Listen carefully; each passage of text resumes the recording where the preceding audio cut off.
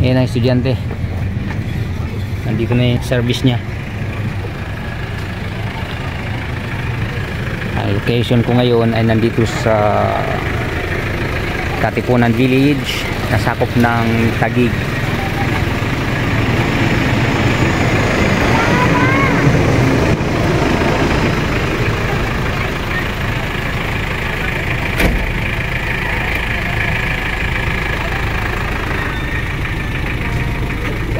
Bye-bye. Hop. Ingat.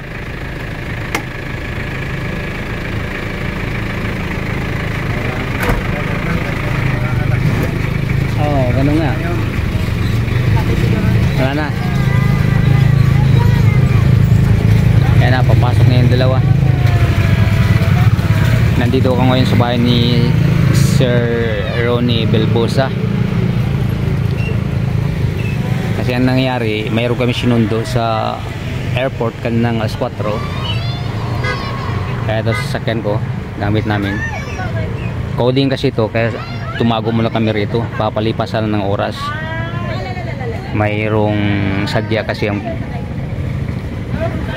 pinsan ng pamangkin kong si Kenneth na nanggaling sa Cebu, sa Poland Embassy.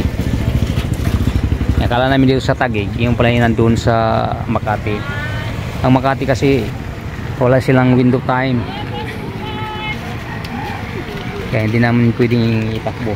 Sabagay may dala kaming motor, sinakay namin dyan sa L3. Yan lang gagamitin namin. Siguro mamaya mga alas 8 tutulak na kami puntang Makati.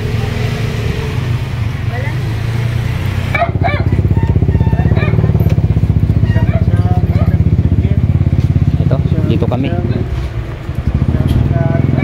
Yan si Inday galing Cebu. Yan sinundo ko. Yan may transaction ngayon sa Makati. Dami mong apo, boss? Apo. Ilan bang apo mo? Ano? 4. Sa akin 5. Timan. Eh motor namin, oh. Sinakay namin sa L3.